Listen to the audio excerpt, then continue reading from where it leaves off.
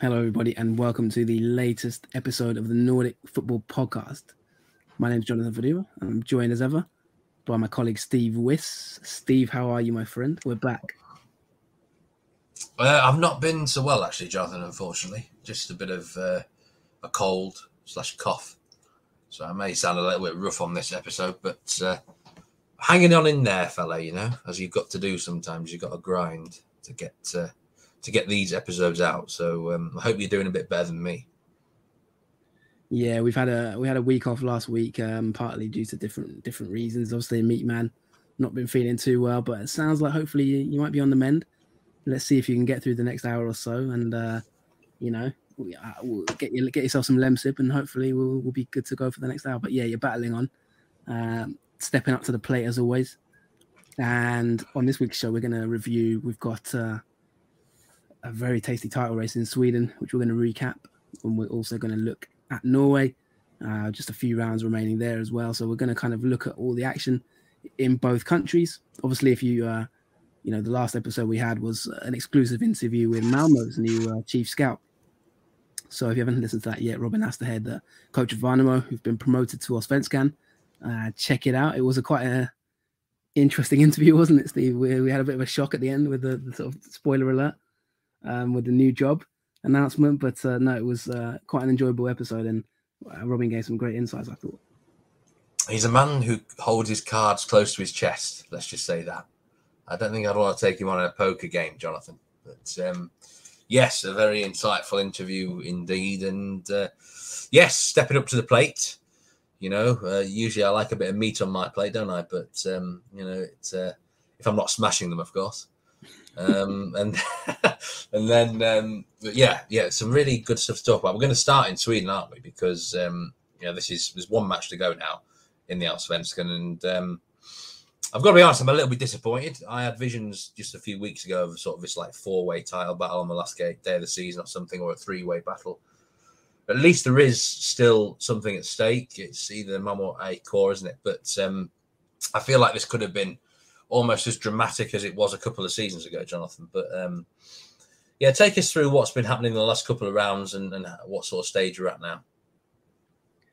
Yeah, so the title race has unravelled this past weekend. We've got one game left now in Sweden. We've played 29, and as it stands, Malmö are top of the league.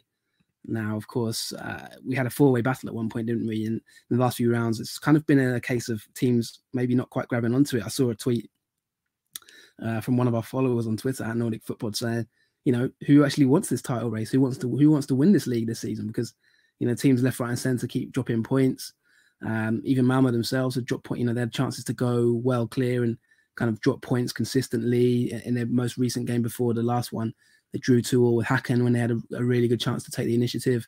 And you thought, oh, maybe they've thrown it away this time. But every team just hasn't really been able to take the initiative at one point or another. So the last time we spoke, I think we've had 2 rounds since then.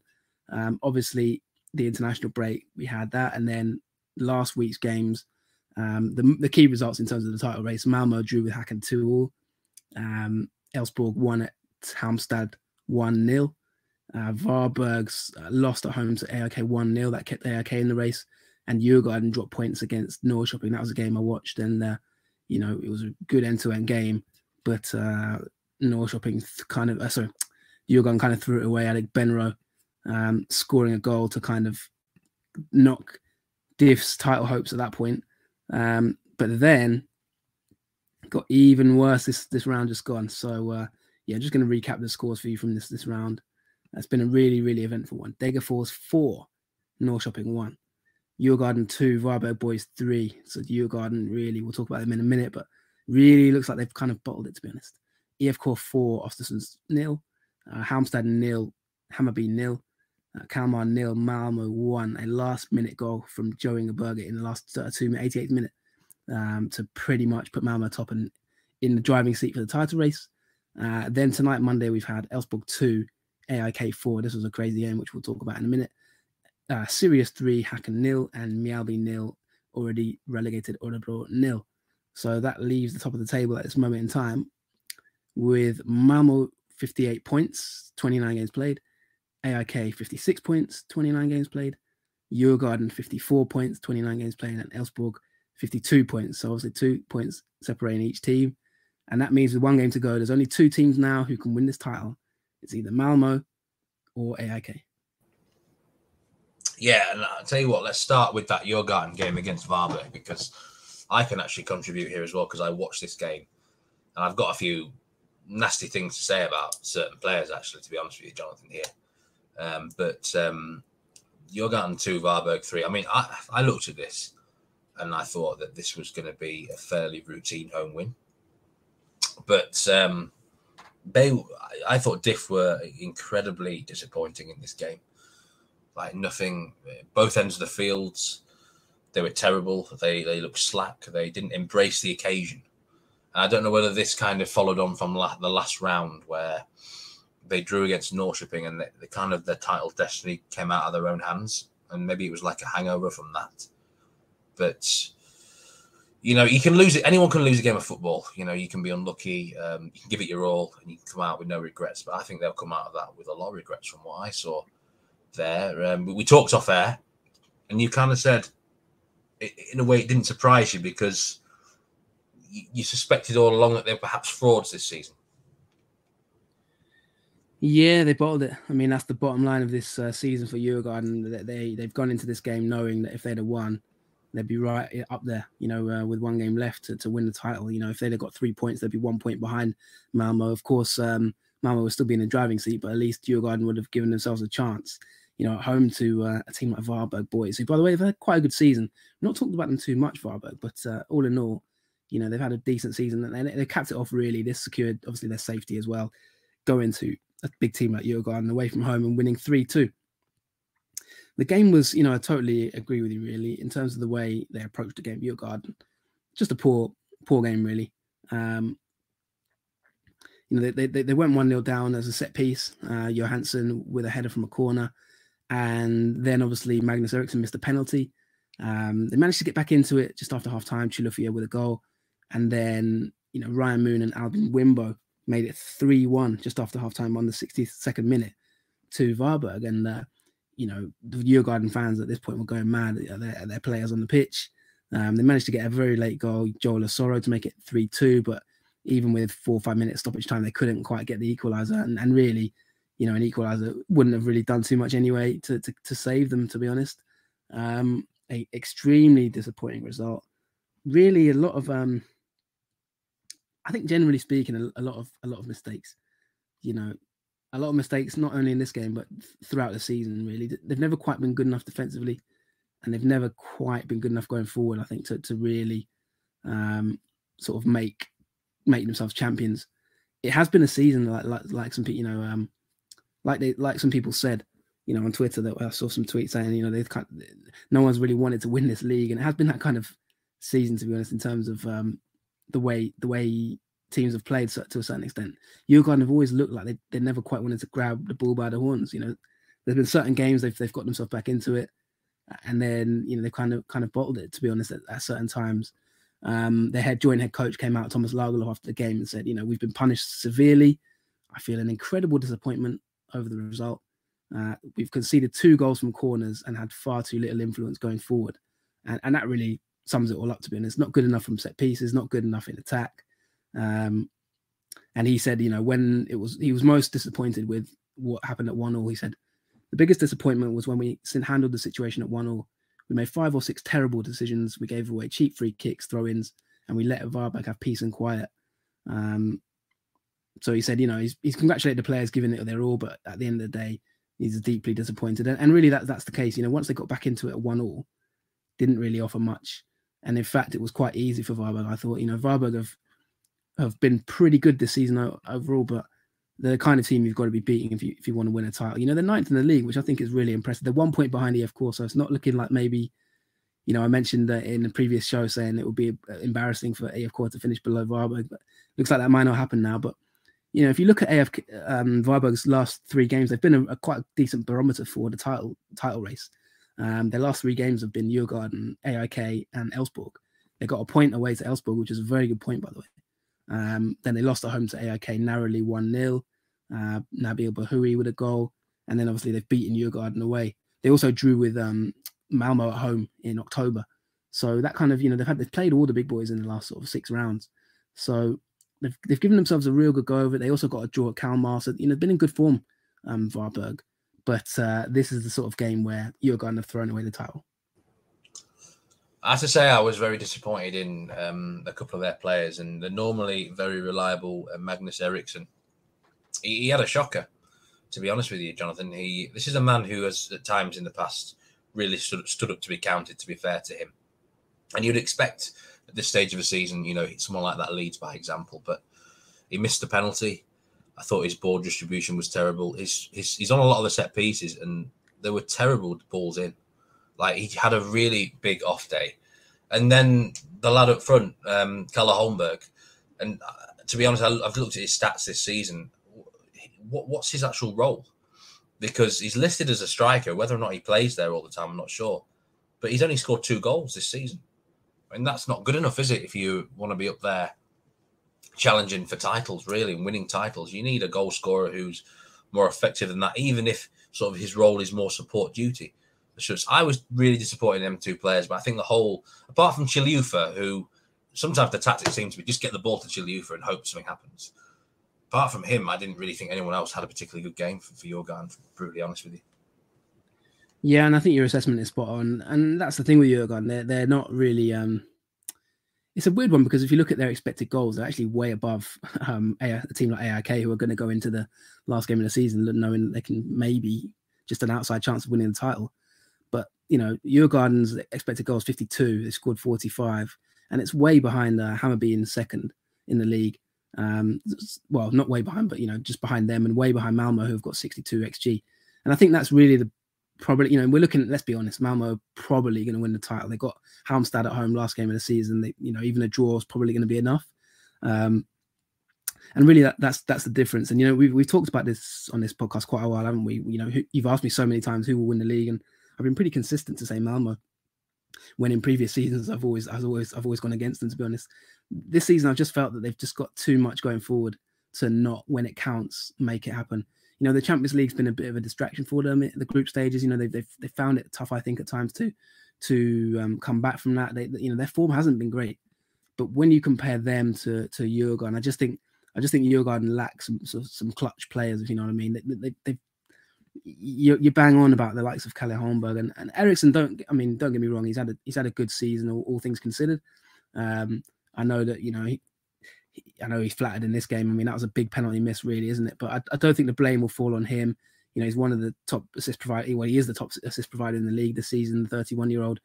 But I definitely think that you can make an argument that a lot of their players, when you look at the XG and that kind of thing, when you look at goals scored, there's no Djurgården player, I don't think, in the top 10 top scorers in the league. So, that tells you everything, really. I think, I think the top scorer is Chilufya with 7 goals. And really that tells you a lot. Keller Holmberg, I don't think he's had a fantastic season, really. I'll be honest, I've never quite been convinced by him. I think he's a decent player to a certain level, but is he going to win you a league title? I'm not entirely convinced. He's obviously played in Norrköping before as well in the past. He's been a decent player, don't get me wrong, but can you hang a hat on him? I'm not too sure, if I'm being totally honest. So I definitely would agree with you on that. And I think there's been certain players in the team this season, like Joel Asoro. He's not contributed enough goals. I wrote about him before the season on Wisecout. I'd said he could be one of the best signings of the season. Don't forget, played at Swansea, played at Sunderland. He's been a big player. Highly rated when he left Sweden in the first place. Came back, and everyone thought this would be his year. Again, I think he's got 2 league goals, 3 league goals. So it's really not worked out for him. And I think that's really where it's fallen down for them. I really think losing Witry mid-season was a massive blow as well. Just for their all-round game. I think they've not really got over that. Obviously, he went on to the Netherlands, got sold on. He's been a fantastic player in Allsvenskan over the years. He was probably a key man in them winning the league 2 years ago. And I don't think they've quite replaced him, really. They've got Elliot Sheck on the other side, but I think they lost a bit of balance with him going right back.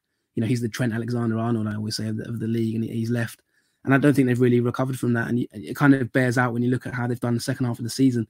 They've struggled in a lot of games, really, when they should have won. So, Djurgården are toast. And it's a disappointing end to the season for them, really. Don't forget they lost to AIK in October. Then they lost against Elfsborg 3-0 at home. Lost 3-0 against IFK Göteborg as well. So really, they have kind of bottled this race, I have to say, and they've had their chances to kind of keep in it, but they just haven't been able to. Yeah, I think they've obviously come up short when the crunch and the pressure's really on, isn't it? But yeah, just looking at that Holmberg stats: 2 goals, 4 assists. Strikers for me, they can't always be judged on goals, but that's not good enough, is it? He's like a shit Emil Heskey or something, isn't it? With those sort of stats. Obviously, it was a great result for Malmö fans and IFK fans. And there was something interesting that caught my eye. That this was before even IFK played against Elfsborg.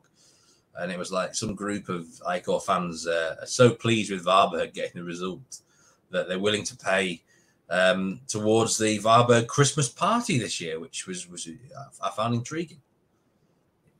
Yeah, this is a brilliant story, and it just sort of sums up why we love Swedish football to a certain extent. There's a lot of, there's a lot of shithousery in this league in terms of fans. There is a real enmity between like the Stockholm clubs. They really don't like each other, and they absolutely love rubbing it in. And this was confirmed in the game just gone. Obviously, what basically happened is because Varberg beat. Varberg's reward for basically beating Djurgården, AIK's big rivals, and knocking them out of the title race has been a massive financing of AIK fans for Varberg's party. As you mentioned, basically AIK supporters wrote on Varberg's official Twitter account. There's this thing in Sweden, actually. It's a quite interesting one. If you're in England and you might have never heard about this, it's called Swish. And basically Swish is like when you can just wire people money, instantly through your phone. So like I could say to you, Stevie, go and I could swish you right now on your mobile and say, go and get yourself some beers or something. Like I could send you like £10 or whatever. And AIK fans basically wrote to Varberg and said, we're going to swish you some money for to celebrate beating Djurgården and knocking them out of the title race. One AIK supporter started this, and they've actually raised 55,000 Swedish krona, which is about 5-6 grand. So basically, they sent a message later saying, one of the players, actually, Varberg's captain, wrote saying, we invite everybody to this party. He announced how much they'd raised. At that time, it was 35 SEK, which is about 3 grand. And now it's in total past 55 grand. So, Hampus Zachrisson came out as well on Twitter and said how much money they've made. And he said, Linda, the captain, said, it's brilliant. It's super. We're very grateful. We did not have much before this. So we had planned a trip to Gothenburg after the last match to have a little dinner. But I'm sure now we might even go a little bit further away. It's very good it's very charming that the Allsvenskan works in this way. So, going to be a serious party at Varberg Boys paid for by AIK fans. So, that's how happy they are that they've knocked out their big rivals, Djurgården. They can get some good bottles of champers with that, can't they? And all that lot as well. So, fair play. But there is a lot of shithousery in this league, isn't there? I must say. It always seems to happen in Stockholm, really, isn't it? It's just they really hate each other. But so the Djurgården drop points has opened the door for Malmö. They knew they could go 4 clear of Djurgården and knock them out of the race if they beat Kalmar, and they did just 1-0. I was watching this game. I was hoping they wouldn't win because I want it to be a really close title race, Jonathan. So I was kind of gutted to see Joe Inge Birgit, of all players, someone I've never really rated myself. I didn't think they had a great second half, to be honest, Malmö, but they just one good finish was the difference here. But there was also a missed penalty in this game. Čolak missed a penalty very early on, but they found a way to get the win, didn't they? Yeah, funny enough, I was watching this game and I was thinking to myself, this is the sort of game you're going to hate. A Birgit winner in the 88th minute to basically hand Malmö the title. I thought, like, who else could it be but Birgit to rub it in your face in terms of, I remember you saying you don't rate him in the past and you've never been quite a fan of him, have you? But he's stepped up massively in this game. Kalmar, I'll be honest, they've been a really, really good side this season. I think you could argue they're one of the best teams in the league this season in terms of just their all-round improvement has been remarkable. They're in the top 6 kind of thing, and they've just done so well to get themselves, in the top 6 from considering they were in the relegation playoff last season. They've had a massive improvement under Henrik Rydström, and they really held their own in this game. It didn't. I wasn't sure how this game would go. You know, I was thinking, will Malmö just step it up? But Kalmar is not an easy place to go now, I have to say. You know, they're the best team in the league in terms of passes completed. They've completed the most passes of anyone in the league. Possession-wise as well, they're very, very good. You know, I think they've had the highest in the league for ball possession, or one of the highest. Top 3 in the league for ball possession according to Wisecout data. So, you know, they've completely changed their game style, and Malmö found it quite difficult to deal with. But as you've mentioned there, a last minute, 88th minute goal. Jørgen Berg did well, actually. It was a good sort of finish. He got across the post. Čolak missed a penalty. Čolak's been criticised a little bit in recent weeks. So, it's an interesting one. Let's see what he does in the last game of the season. But at this moment in time, Jørgen Berg is the massive hero. And Malmö, you know, they've been really, really grateful to obviously Varberg and others as well. But it looks like now they've got it over the line. They've got Halmstad last game of the season now. Halmstad are, you know, the ultimate kind of the ultimate spoilers, let's put it that way. So could they maybe hope for a 0-0 draw? Maybe, but even then, AIK would need to win. You know, they've got a significantly worse goal difference, so they need to win sort of, I think, 7 or 8-0 to even if there's a draw there. So it's looking like the title is really pretty much wrapped up for Malmö, and they've not made it easy at all. Honestly, I think I really feel in football you need a bit of luck sometimes. And I was watching a lot of matches on Sunday afternoon across world football, and there was some all sorts of bullshit going on, mate. There really was. The amount of undeserved results that I saw on Sunday afternoon was mental. But I'm not saying Malmö didn't deserve the win here. I think actually a draw would have been fair. But literally 2 or 3 minutes before the goal, Kalmar smashed the bar. Do you remember it? It was the ball came down just the wrong side of the line. It could have gone anywhere. If that ball goes in the back of the net, suddenly the title destiny is in AIK's hands. And Malmö that good a side this year? I'm not sure. Is the manager that great? I feel like they're the best team, but I feel like they're lucky that there hasn't been another side that's really took the bull by the horns, if you know what I mean. If they were up against a good sort of really strong machine sort of side like the AIK side that won the league that year, the Diff side, even the Hammarby side, which was so free flowing, they wouldn't have won. They wouldn't win this title. They still might not, but I feel like it's the other teams that have kind of failed, you know, in this title race a bit. Yeah, no, I think you're right. The bottom line is the other teams have had chances and have not taken it. I mean, Malmö are the best team ultimately, I think, and you know, that's been my rationale. You know, they've got the best squad, they've got the biggest squad. They were able to reinforce in the summer. They bought some decent players in like Peña. You know, they spent good money on Berman Savic and obviously they've got Čolak on loan.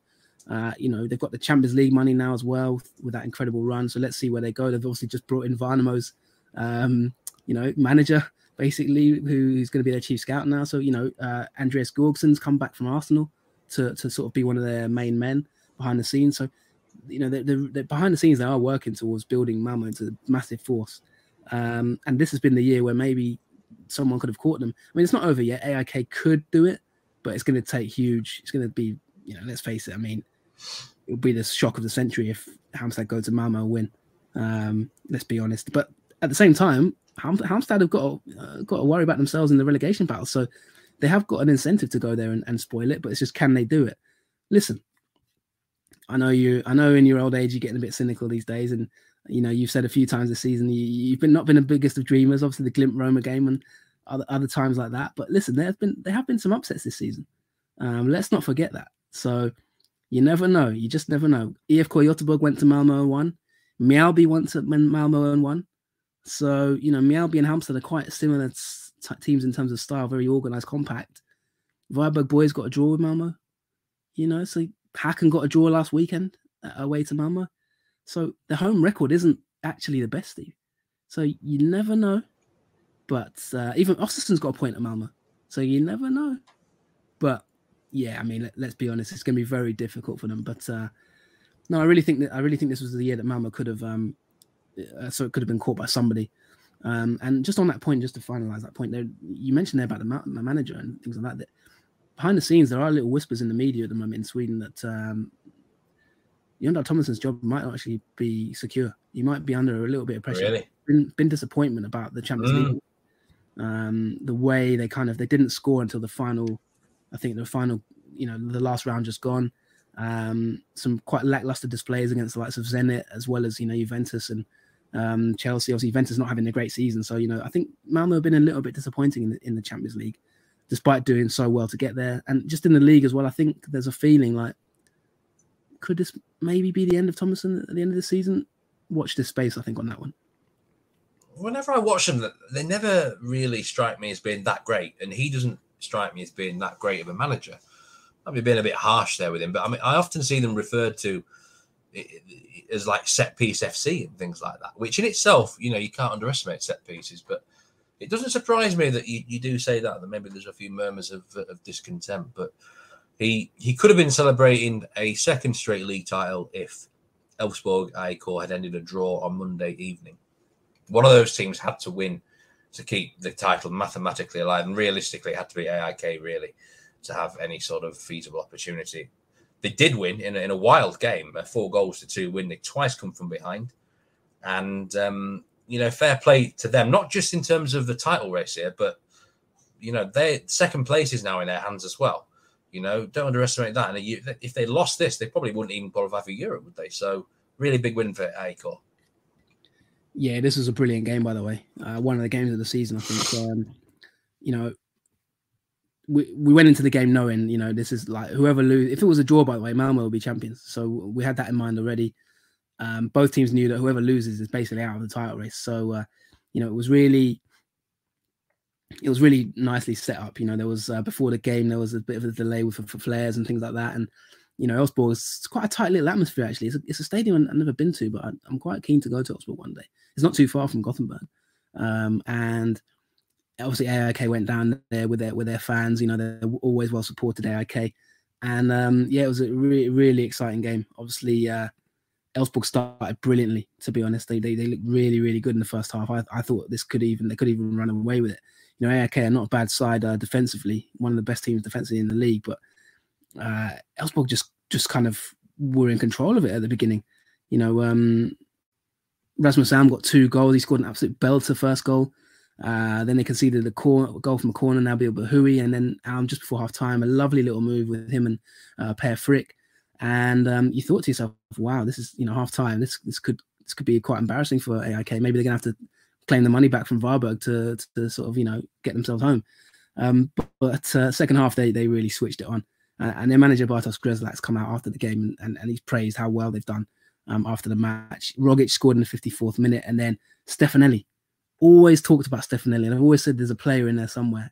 Ever since I saw him in Gothenburg, I remember that game. I think they beat Häcken 6-1 away, and I was at that game. And Stefanelli was really good. And I've always thought he's like a sort of Allsvenskan Aguero. If you can just get the best out of him, he's got some talent, but he's never quite clicked with it. But he scored 2 huge goals in this game to basically turn it around and knock Elfsborg out of the title race. It means now that obviously, as we've said, AIK have got a slim chance, 2 points behind. You never know. Obviously, their final game is at home to Sirius, who had a good result this evening, by the way, battered Häcken. But you'd think that they should be able to see off Sirius and then, wait for the result in that final game between Malmö and Halmstad. Yeah, I mean, I saw the third goal. Some very questionable goalkeeping, wasn't it? But the fans, everywhere they go, they take an unbelievable number of fans. I may be right or maybe wrong here. They almost seem like the best supported club in the country at times. The way they pack their numbers in away grounds, that must be such a big thing for the players, really, that they do that. But I mean, fair play to them. And I certainly never thought they would be the team that could beat Malmö the last game of the season. So they've done that, and they've disappointed for Elfsborg, I must say. They've been great this year, haven't they? But maybe that injury to Johan Larsson was such a big loss for them in the first half. He's a key man, isn't he?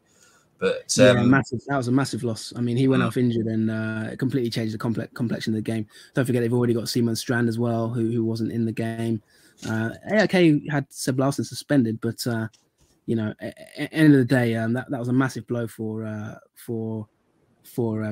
Larsson going off. He's in hospital, I think, as well. So don't know if that might be the end of his season. But it's end of the day, one thing you got to say about AIK, it's been a great season for them. I think they, no one expected them to win the title.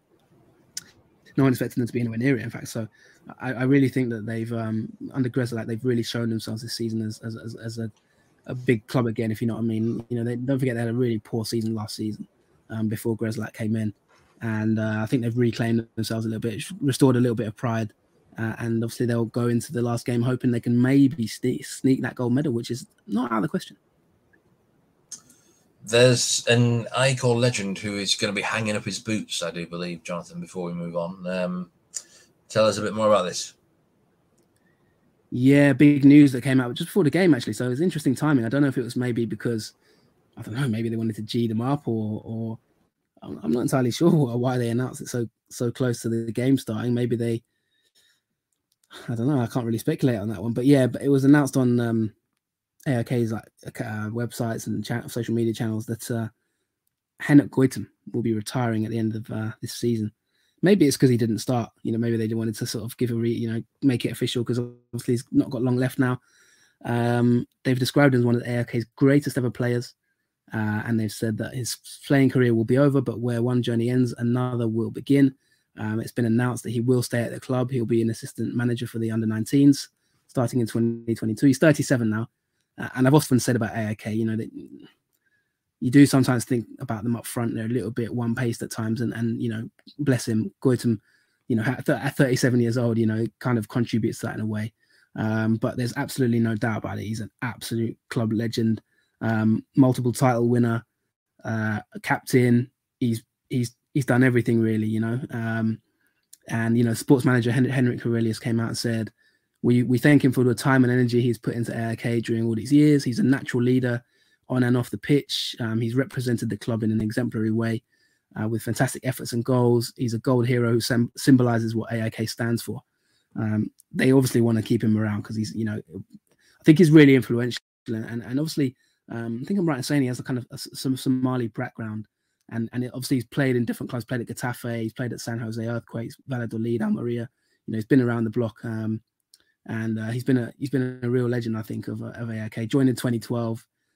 He scored, I think, 99 goals in 292 games, and obviously won the title and that kind of thing. So a real legend of this football club. And as I mentioned, with a Somali background, obviously it's sometimes in football and culturally kind of giving a player like that the captain's armband is something that can sometimes be, maybe questioned for whatever reason. But I don't think there's anyone who could represent AIK in a better way. And it's really nice to see just how well considered he is by the club and the leadership role he's taken in. So, no, really, he's a legend. It's someone I'd like to get on the podcast one day. I think he'd have some great stories.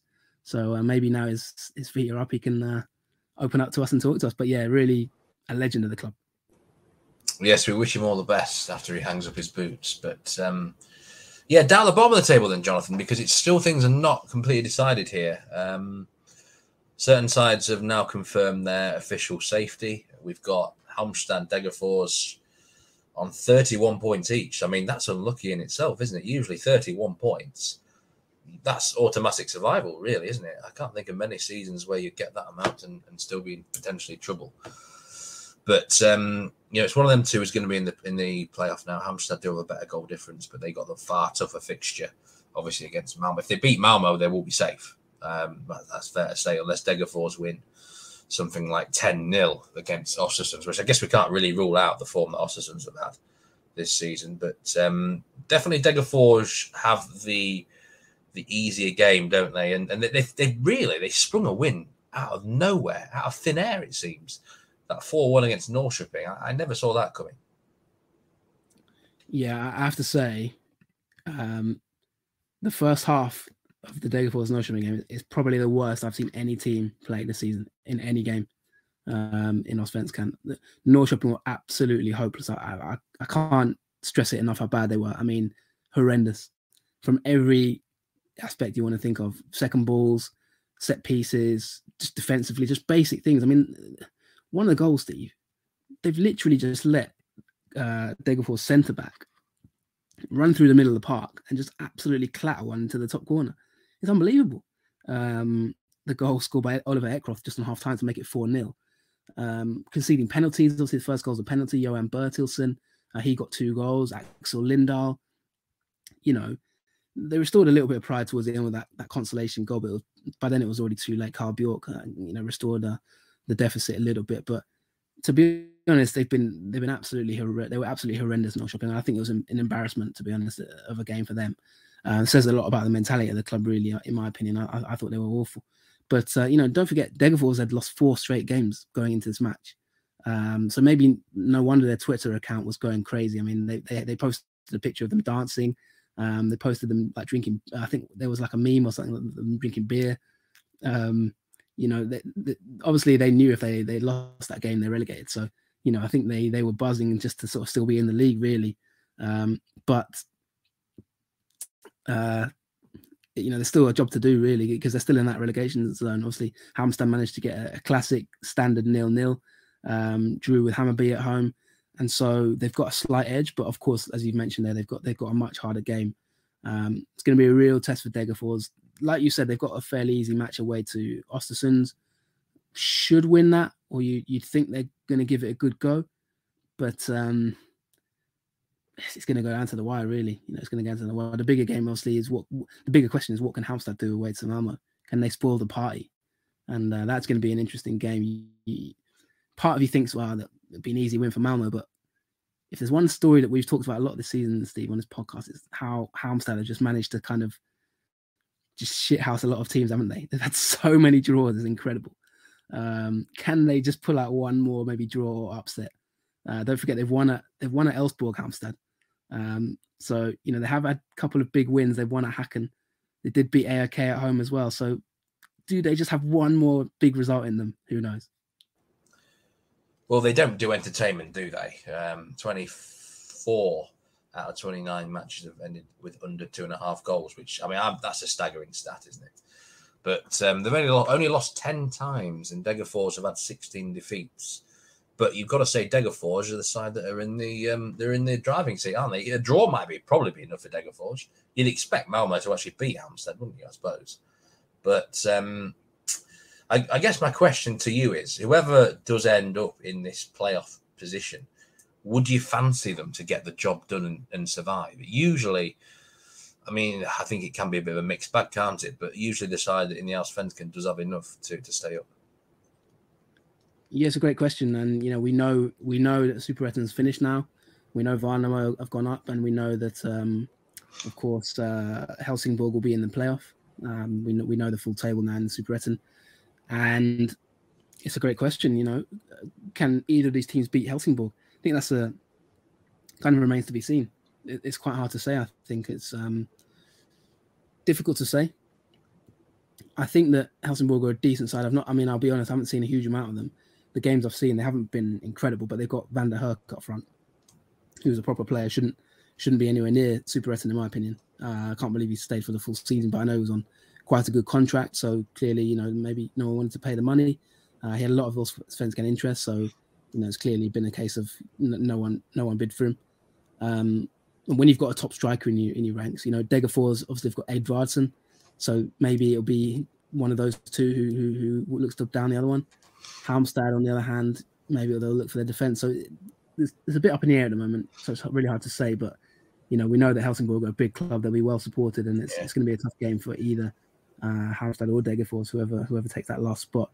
The other just little tidbit of information there on that one, obviously, Gais. I mentioned it, I think a few weeks back on the podcast. They are confirmed in the relegation playoff now. They'll play Dalkurd, and obviously the loser of that goes down to the 3rd division. And the thing I find incredible is obviously Falkenberg as well, back-to-back relegations now. Just shows you how if you fall out of Allsvenskan, you can really tumble at times.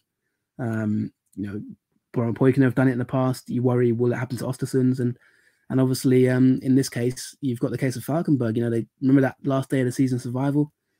It's all gone pear-shaped since then. They finished bottom of the Superettan. So they'll now play next season in the 3rd tier, which is incredible. And final bit on that as well. By the way, congratulations to GIF Sundsvall. They are back, finished 2nd, and they will play in Allsvenskan again next season. So welcome back to the Northern Lights of GIF Sundsvall. Yeah, well done, GIF. I have a bit of a soft spot for them, actually. I do like them. We once had a famous episode named after them as well, which were my favourite titles. But this might be one of the few seasons where the Superettan team probably goes into the playoff as favourite. Whoever it may be. Helsingborg, big club, big reputation. And I just noticed they actually came back from 2-0 down to get the draw they needed. Scored with 6 minutes to go. Otherwise, they wouldn't even be in this playoff. So, there was a massively controversial penalty in that game. Norby were absolutely furious. The goal to make it 2-2. Obviously, they finished level on points, Norby and Helsingborg. So if that penalty in, I think it was last 10 minutes, hadn't been given, then Norby would have been in the playoff. But it was a tricky one. For me, it was a 50-50, but Norby were furious. So a couple of things to tie up here. The teams that are actually safe, including Mjällby, Varbergs. Just a quick word on how impressed you've been on some of these sort of unheralded teams that have done really well to completely avoid relegation this season. Yeah, massive praise to Varberg. We haven't talked about them much this season, but a pretty consistent record. If they win their last game, then it'll be played 30, won 10, drawn 10, lost 10. So 35 goals, 35 conceded. So 0 goal difference. But if season ends like that, would be very nice indeed for them. But no, I think they've been a good addition to Allsvenskan as well, by the way. I think they've got some good players. I think Robin Moon's had a good season. I like certain players like what's his name now? Tashreeq Matthews. I think he's improved a lot. At times, they kind of play that defensive. He reminds me of a little bit of like Allsvenskan's kind of Rashford. He's very good at breaking the lines. He's very quick on the counter attack. A bit like Rashford, his finishing is a little bit wayward at times, but all in all, he's improving a lot. He's still only young, don't forget as well. Stanisic has done okay. And, as I said, we haven't really talked about them a huge amount. And don't forget, they've lost some big players. I mean, one of their players went to your league, didn't they? I think they went to Ligue 2, Dijon, Fofana. So, they had a lot of players sort of leaving and things like that. Had a lot of interest in their players. So, really good season for Joachim Persson's side. And, Mjällby, I mean, we've had the Mjällby manager on our last show, so we've got to give a massive congratulations to Anders Torstensson. He's done the job, came in and they were looking like they were going down, and they will be on Allsvenskan again next season. So I think everyone at Mjällby is delighted. So really well done to him. And of course, Sirius have secured their safety now with quite an impressive 3-0 win against Beko Häcken. Don't know if it's a curse of the Wisecat blog, because I've got a Wisecat blog coming out on Patrick Wallenmark, the Häcken player. So keep an eye out for that this week, maybe. But Ortmark, Zidane, and Netabay scored for Sirius, and their recent run's been quite good. They picked up 7 points from their last 3 games, and that's kept them safe. Yeah, I must say, well done to Mjällby on that survival. Anders Torstensson's done a fantastic job since he came in there.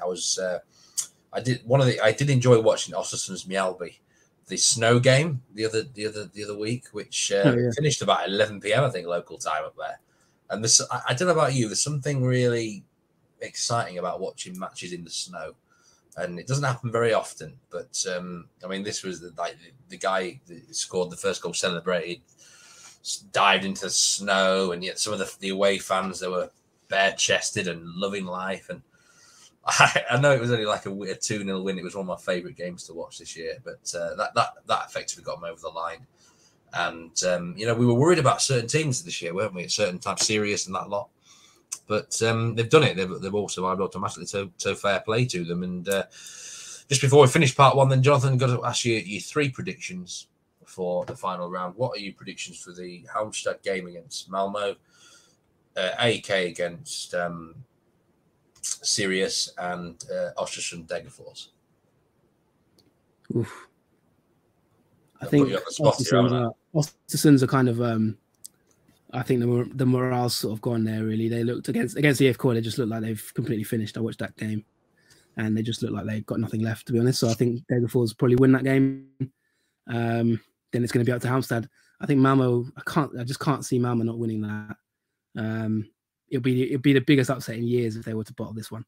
But this, you know what? One thing I'll say about this, Steve, this season has been a bit weird like that, and I just wonder if there's one final twist in the tail, because it has been that kind of season where when you think a team's going to win the league, they just bottle it. I mean, there's been so many times this season we've said, "Oh yeah, they're going to go on and win it now."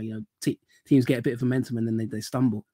And I just wonder if there's one last stumble left. And there's something about Halmstad this season, I've got to be honest, that I just feel like, have they got one more story to tell in this season? I really do. I don't know why. So listen, I'm going to say Head's going to say 2-0 Malmö win, but I don't know about that. I really feel like it's worth tuning in for that game because there could be a little twist in the tail. And AIK is serious. I think AIK will get the job done in that game. They know they've got to win. So in front of their fans, they've got some seriously good fans with Sirius now safe. And don't forget, Sirius have conceded 49 goals this season. So, they do leak goals a little bit. So I think AIK will beat Sirius. So it's going to come down to that Malmö-Halmstad game, which, like I said, I don't know. Stay tuned for that one. I just, I'll just give you a couple of players. Like Cholak, for example, is starting to get a little bit of criticism. Is he going to step up? Berman Savic, will he step up? How are they going to get the job done? It should do it, but I don't think you want to miss this game, I'll be honest. I think it's going to be an interesting one. I just imagine Degerfors winning, and then they find out that Halmstad have won. Imagine the poor buggers. It'd be good, wouldn't it? That would be typical Halmstad this season, wouldn't it? Like that would be what you'd expect from like they've scored 21 goals this season. It's ridiculous. Yeah, and then AIK somehow failed to win as well, just to top it off. Exactly. Yeah. That would just be 21 goals all season is mad. So yeah. Yeah. Right. That's the end of part 1. We're going to be talking about Norway in part 2. Well, probably a short section than normal because I'm not really up for talking that long with my voice as it is. But do join us. Got a few thoughts on the title race, the relegation battle as well, and a couple of other things. So stay tuned.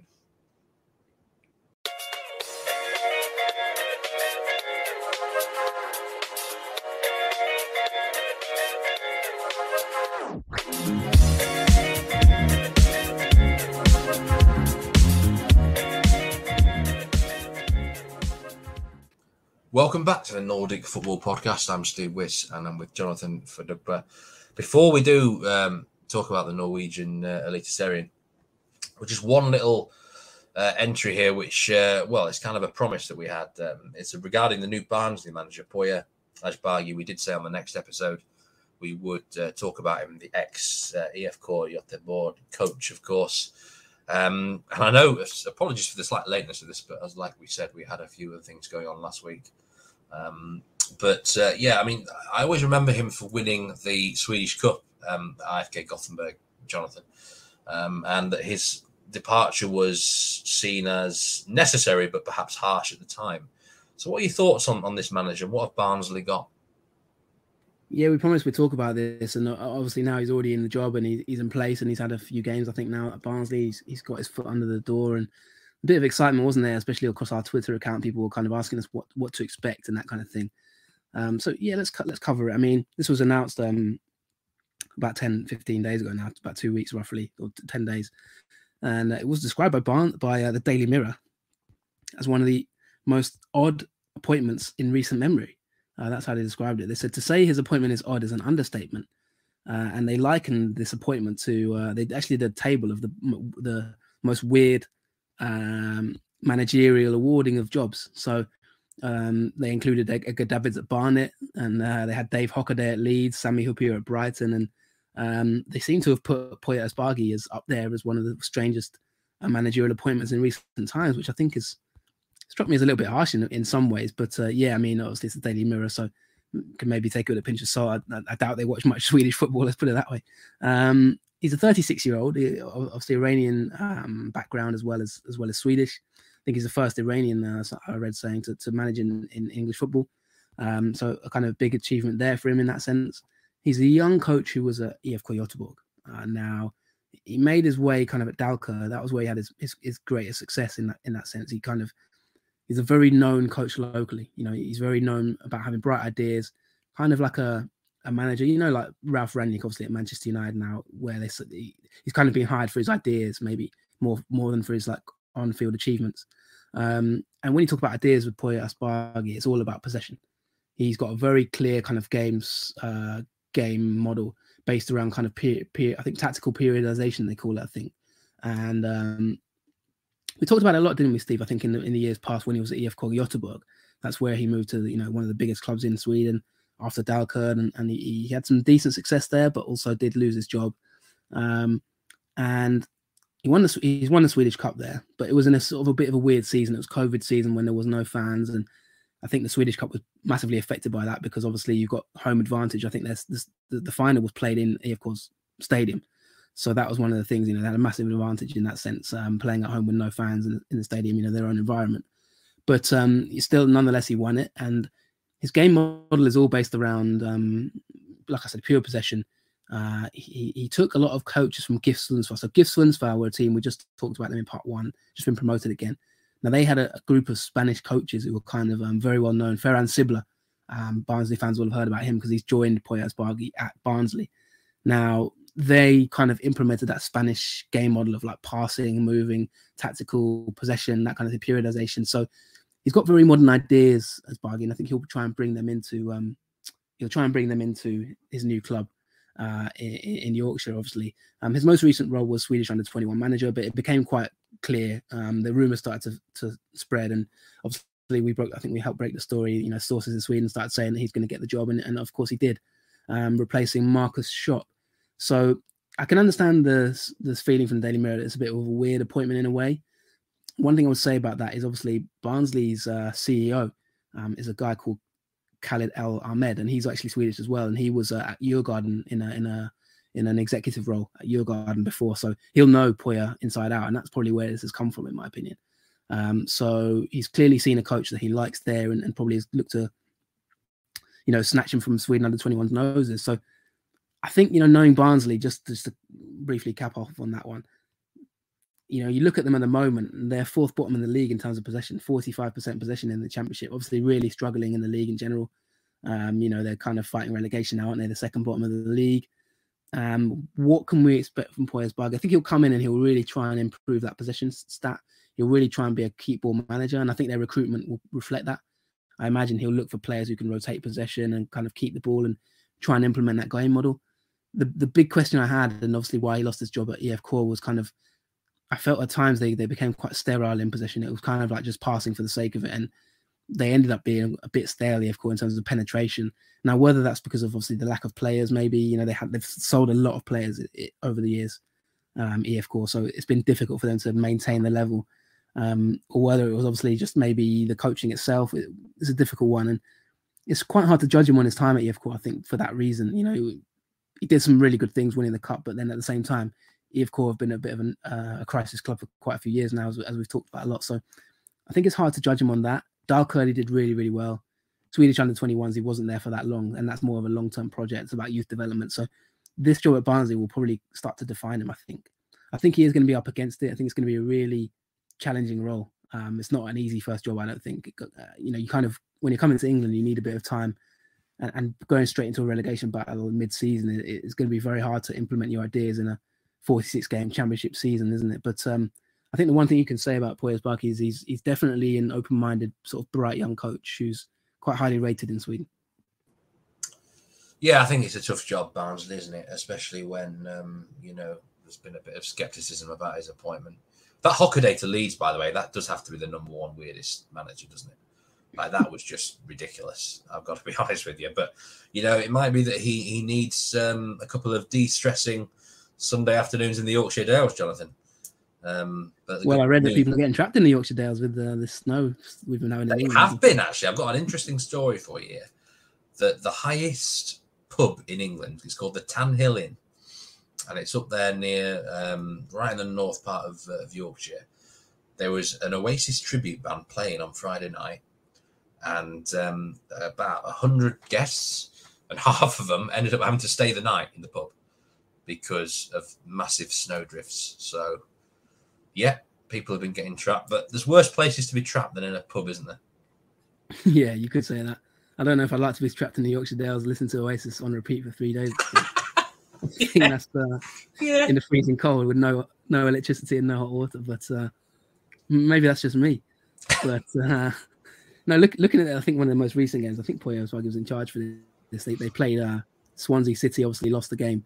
But in terms of possession, you could see that they had 22% possession, which, that is incredible. So clearly they're going to try and change that very, very quickly. And that'll be the emphasis. Pretty sure Swansea are mega possession hungry themselves, right? Yeah, that is incredible. But yeah, he's changed the system a little bit already. I think he's gone to a 4-3-3 style in his first couple of games. Barnsley previously, I think, played 3-4-3, 3-4-2-1 type thing. So he's got his ideas in mind and he knows what he want to do. But yeah, good luck to him because it's going to be. I think that's going to be a quite challenging job. I'll be honest. All right, switching on from the Championship pod here to back to the Nordic football pod, and Norway with 2 rounds left now in the Eliteserien, plus the playoffs, of course. And we get into the sea. There still is a title race on. BottleD still need 4 points from the last 2 games to confirm that they defend their crown. And in the bottom of the table, there's still all to play for in terms of the playoff spot. Odd could even get sucked into it as well. So, yeah, it's all to play for down in Norway, Jonathan. And are you surprised, perhaps, as a sort of a neutral onlook at the BottleD have not yet sealed the title? I am surprised, actually. Yeah, I thought it would be done and dusted by now. As you said, there's 2 games to go. We've currently got Glimt top, 59 points. Molde second, 56 points, obviously, with 2 games remaining. Viking third, 51 points, so they're out of the title race. But you said it all along, it'll be one of Glimt or Molde. And I actually tuned in for part of this Glimt-Rosenborg game. And it was 0-0, obviously, at half-time, and then I kind of drifted away, I'll be honest. But it did surprise me that Glimt didn't win this game. I expected them to get a good result. What was your analysis of this game, Steve, and what's your take on Glimt at this moment in time? We do have a question as well, which I'll ask you off. I'll be honest, it was a very poor round of action in Norway, and a lot of it was to do with the pitches. When it's actually snow on a pitch, think of Leicester-Watford at the weekend, things like that. I think you can get some really interesting games with goals and random acts happen. But when pitches are frozen and slippy, and in the air condition, you know, the temperatures, I think in Rosenborg and Trondheim was about -7, -8 for that game. And you could tell the players just weren't comfortable on the field. And I think it was a good draw for BottleD in the end because they've got Brann and Mjøndalen left to play, the bottom 2 teams. Easier said than done, they're battling against the drop. But they just need 4 points to confirm the title. If they can't get 4 points out of Brann at home and Mjøndalen away, then, well, they don't deserve to be champions again, do they? To be honest, that's even if Molde win their last 2 games anyway. But it was a good chance to beat Rosenborg because Rosenborg are sort of a skeleton crew at the minute themselves with tons of injuries. But I actually thought Rosenborg had the slightly better of this game. They probably should have had a penalty for a handball. Yeah, I know you have a knack of watching these nils in Norway, don't you? But really, you'd have been done well to find something that wasn't a low scorer at the weekend. It was a very disappointing round of action, but I think weather condition and pitch condition did not help. Yeah, do you think, I mean, has the weather affected a lot of the games this weekend? You know what I mean? Is it being, because obviously I saw that game and there was a bit of snow, but I thought Glimt were passing the ball around quite nicely in their own half. And honestly, I thought they would just kind of open up Rosenborg fairly easily. But yeah, was it a round that kind of really was affected by the weather? The only 2 games that were, the pitches looked all right was Saturday games, Lillestrøm against Strømsgodset and Odd Vålerenga. Those 2 locations were a bit further south. It might be the reason, but also the day before might have been slightly warmer. I'll be honest, I thought the best looking pitch for Sunday was actually at Tromsø, of all places. Probably because they're used to it up there. And it seemed playable. It was still a 0-0, but I think partly because I think it was -11 air temperature in Celsius. I mean, that every single player wore gloves. Even the hard man, the Cobra, Zdeněk Ondráček, wore gloves in this game. That's how brutal it was up there. And it's just, look, it can happen, can't it? The weather can really impact you. I mean, how would you like playing in -11 conditions? I wouldn't want it. My gloves would certainly be on, let's just say that.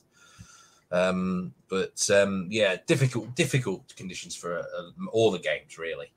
And I don't want to knock the players, but it didn't attract much quality.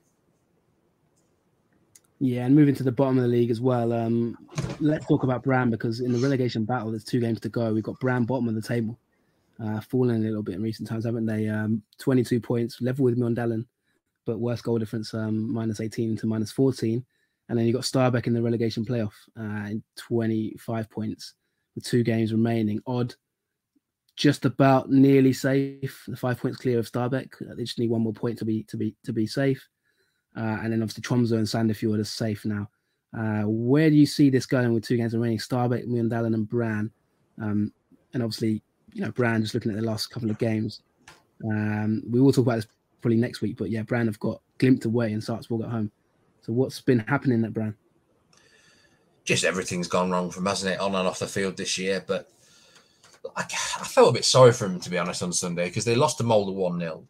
The pitch here was bad. It was frozen. It was really difficult. It was clearly there wasn't going to be many goals scored in it. Magnus Wolf-Eikrem comes up with the only goal. A bit of quality, a beautiful curling shot. And that just sums up Brann, doesn't it, really? They've had not much luck go their way this year, but you kind of make your own luck in football, don't you, at times? I mean, they hit the posts after going 1-0 down. It's just little margins here. I said earlier, you need a bit of luck, don't you, in football sometimes? You just do. And they haven't had much of it. But I look at the whole season, I'm like, how can a club like Brann? This is a big club. You know, they're one of the few teams sort of with a fan base that each season might secretly harbour ambitions of title challenging, Jonathan. You know, this is a club that should be up there in the top half of the table at the very least, challenging for medals, really. So for them to be in this position where I think they're gone, they're not going to go at Bodø/Glimt and win. They've won one away match all season. Bodø/Glimt have lost once at home all year. They're not good enough. Even a draw, I don't think, is good enough, because I look at Starbec's fixtures now and they've got Rosenborg at home. Might sound tough, but Rosenborg are missing about 10 players. And then Starbec have got Odd on the final game, which, Odd, by the way, they could still get sucked into trouble if they're not careful. I think Starbec are going to finish in the playoff spot. I think they've had two big home wins recently. Mjøndalen have come up. They've battled really, really hard, but they've got two tough games as well. They have got Vålerenga, and then the last game is against Bodø/Glimt. Again, we don't know. You know, maybe the title's done by then, and maybe Bodø/Glimt will be celebrating. But it doesn't look good on paper for Mjøndalen either. But Brann, I just can't. It's a real waste not to have them in the Eliteserien. It's a real waste, Jonathan. They're a good club, they're a big club, and they'll go down to Obos, and I'm sure they'll smash that league or comfortably win it. But it was a real waste of a good club for the Eliteserien. We're going to miss them a little bit, I think. Yeah, it's been an up and down season for Brann, hasn't it? Really, and we're not talking about the actions and that Christmas party, or the party they had, the famous party. But yeah, I mean, just looking down, you know, in terms of you mentioned there maybe them getting relegated. Just congratulations to HamKam. They've been promoted. And also, I think Arlesund have also sealed their promotion, haven't they? And we've got, I think, Djurgården, Fredrikstad, and Kfum and Sandal are the runners-up in those leagues. So I think there's a playoff involved, isn't there? But, yeah, well done to HamKam and Arlesund. Do you think they'll add something, or is Brann just too big a loss? From what I've heard, HamKam are going to offer something different to the league. They've got 69 points, so they won it by a good margin. Arlesund, for me, are just the biggest yo-yo club around in Norway right now. Think of the likes of like your West Broms and stuff. That's what they are. Can they finally establish themselves? They're not bad. They're all right, but it doesn't really fill me with that much excitement seeing them back. Must mention the relegation playoff, which is involving Sturdals Blink, friend of the podcast, Tom Dent, who I had a great interview with a few weeks ago. They actually beat Arlesund in the last game, 1-0, to secure their place in the relegation playoff match. They're going to be playing a team called Hood over 2 legs. And the first match is Wednesday this week, I do believe, and the second leg on Saturday. So we wish Tom Dent and Sturdals Blink all the best in that game. It would be a great achievement to survive. Yeah, you mentioned Arlesund are a bit of a yo-yo club. You could even call them West Bromwich Arlesund. You're good, aren't you? You are. Yeah, but no, massive good luck to Tom Dent. I hope you stay up. And yeah, if you're not listening to that episode, don't forget to grab us on iTunes or Spotify. We'd love it if you'd give us a rating. If you're on iTunes, give us a 5-star rating, maybe a review. That'd be very nice. It's Christmas time, so maybe we deserve it. And of course, you can always support us on Patreon as well. Patreon.com/Nordic Football Podcast. If you want to do what the AIK fans did and to the Varberg players and buy us a beer or something like that. But before we wrap up this show, just one final question. We got a question actually from a listener, which we have to touch on Twitter at Nordic Foot Pod. Follow us there if you don't already. And it's a question from at Reed Tromso. And it's back to Glimt, of course. He says, do you think, and obviously don't forget they had a good result in the Conference League as well, didn't they? In the week just gone, they look like they might even qualify. He says, do you think a BottleD title this year will be more impressive for Knutsen? Kjetil Knutsen, their manager. Didn't blow teams away like 2020, but they've lost their amazing front three. They've had injuries to key players, pressure to retain the title, European football, and they were no longer the surprise package for other teams to work out. It's a really great question, actually, Reed Tromser. So thanks a lot for that, at Reed Tromser. Thanks for that question. Steve, what are your thoughts? My answer, yes, I think it would be. He's absolutely right there, is at Reed Tromser. I mean, Buda Glimt scored over 100 goals last season, Jonathan. That's pretty much halved. They've only scored 54 this year. So if you had said to me, you could still win the league, but you're going to have to score half your goals effectively. I mean, that's a tremendous achievement. He's had to find different ways to win, and he's relied more on defence this year. The challenge of Europe, counteracting those games, that's not to be underestimated. I think it has affected him recently, to be honest. I think, the draw against Haugesund, maybe even the draw against Rosenborg might have just kind of affected him a little bit because of Europe. But, they're nearly there now. They're nearly over the line, 4 more points. And if they do win the title by that 3-point margin or less, then fundamentally they would have won it thanks to that fantastic win at Molde to 2-0 a few weeks ago, which at the time, obviously, it was dubbed the title decider. I kind of played that down, didn't I? But got a feeling it's going to come. We look back and we look to that game and we think, yes, that's where it was won. Yeah, and I mean, it's a great question. Thanks a lot again for asking. I think Knutsen is, I think he's a brilliant manager, to be honest. I won't forget that Roma game for a long, long time, the way they played for their football. Really, really impressed. And of course, we've lost the Norwegian manager in England since we last recorded. So obviously, Ole Gunnar Solskjaer is no longer at Manchester United. So who knows? Maybe Ralf Rangnick will identify Knutsen as the replacement at the end of the season. Who knows? But that'll be it for today. We're going to give Meatman a rest because he's soldiered on nicely to get through this episode. Very solid effort, my friend. I've got to say, big shout out to you with your sore throat and your chest. So I've got to say you've done well to get through this episode. But we're made of tough stuff up here, Jonathan. We're made of tough stuff.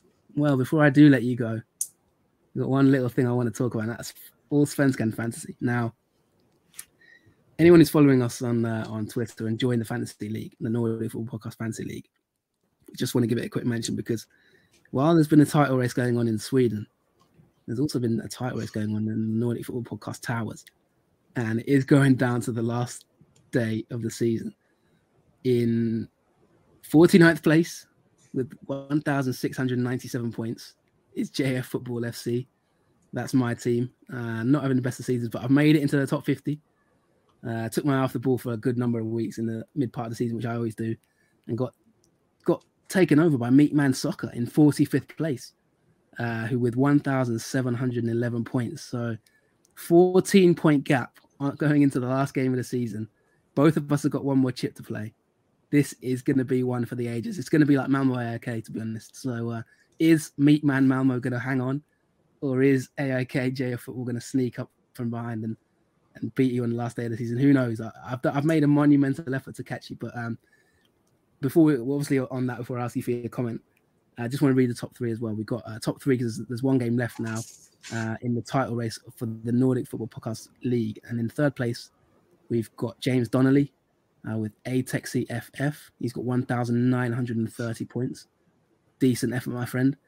72-point round just now, so he's done well there.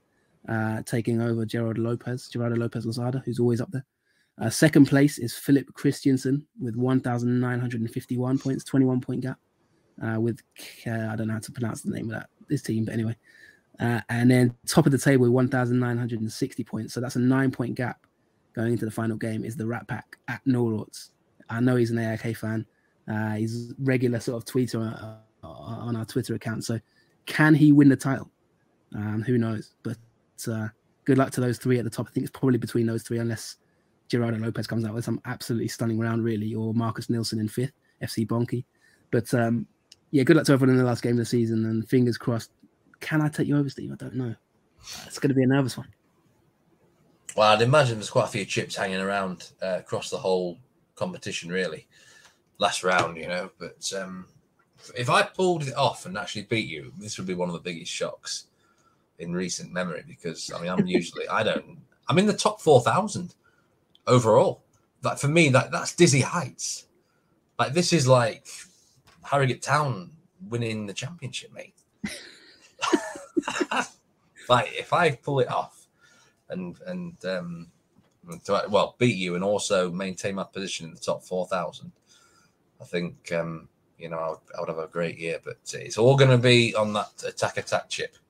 That's the one we both have left, isn't it? So the thing is, I'm kind of conflicted because if you beat me, then I feel like a proud father, you know, because I feel like I've schooled you in the Allsvenskan enough that you can, you know, run on your own 2 feet now.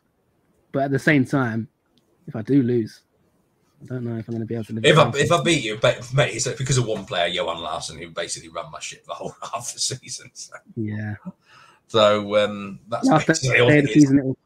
It will be last day of the season. But if you haven't followed it, then Allsvenskan, fantasy.allsvenskan.se. It's too late to join now, but you can check out the league table. There's a lot of listeners on there. I can see FPL Oakwell.